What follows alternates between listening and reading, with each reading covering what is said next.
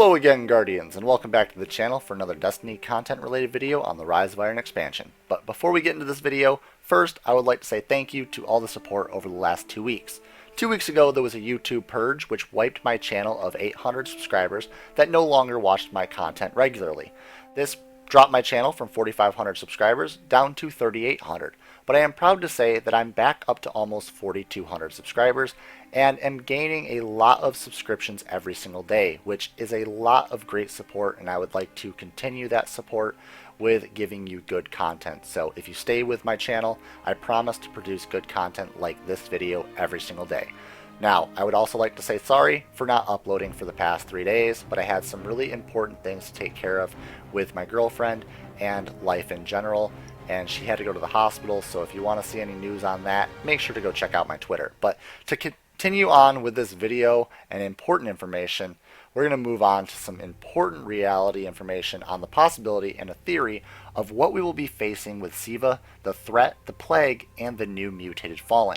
I believe I might actually know a key factor in how they will work in relation to Siva Plague, and also why Bungie has stated that we need to find new methods of fighting and killing these enemies in ways that were never presented before. But to truly understand that, I would like to first recap on the history of the Siva Plague, the Iron Lords, and also the Fallen Devil Splicers. Siva Plague was once a golden age breakthrough in self-assembling, self-replicating nanotechnology. It was discovered by the Iron Lords during the early City Age and turned against them in their attempt to utilize it for humanity's betterment. Unable to destroy the technovirus, the Iron Lords sealed it beneath the earth, deep within the bowels of the Cosmodrome. The Iron Lords stopped the plague from spreading, but at the cost of all but one Guardian's life. Lord Saladin was the only one left to tell the story. A year later, after the Taken War, the same war that we were held part of to destroy Oryx as a fire team in the King's Fall raid, while looting ancient tombs from the Golden Age, the Fallen House Devils managed to unearth Siva once more. Realizing the potential of this nanotechnology, their splicers harnessed and began infecting their own fellow devils, in the attempt to turn them into machine gods. Unable to defeat the mutated devils on his own, Saladin began seeking out Guardians' help to form a new generation of the Iron Lords to defeat the mutant army and end the threat of Siva once and for all. And this, Guardians, is where your story comes into play in the new Rise of Iron expansion. Now that we know about the history and what's going on, we know that we're going to become Iron Lords thanks to the Saladin training that he has given us in the Iron Banner. We also know that the Iron Banner is up this week, so if you all are playing in the Iron Banner and participating, enjoy yourselves and save some noobs for me because I would like to have some fun as well. Now, Siva's weaknesses and strengths are what we're going to need to know to stay alive in this new DLC and not die like the last group of Iron Lords did. We need to be as smart as Saladin was.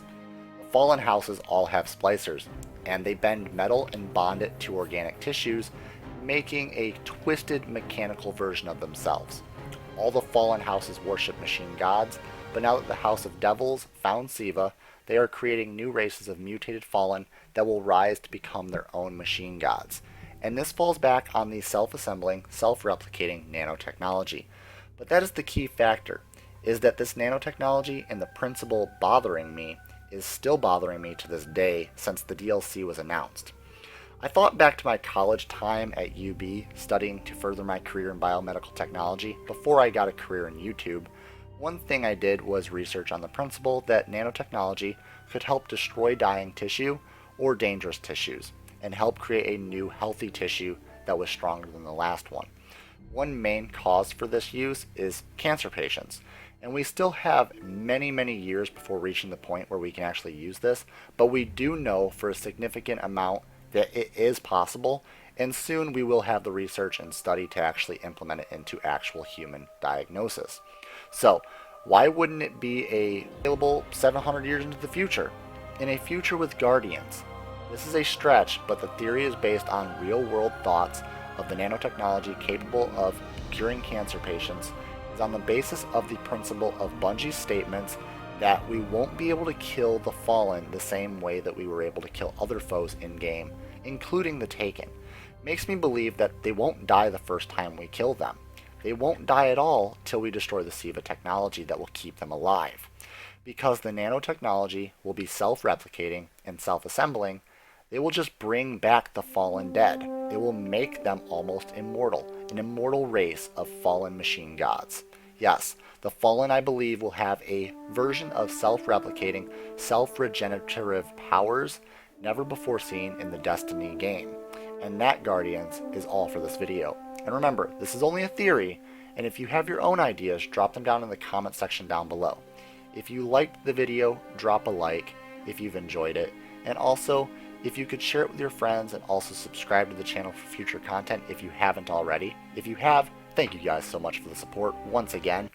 And again, Guardians, I will see you all in the next video.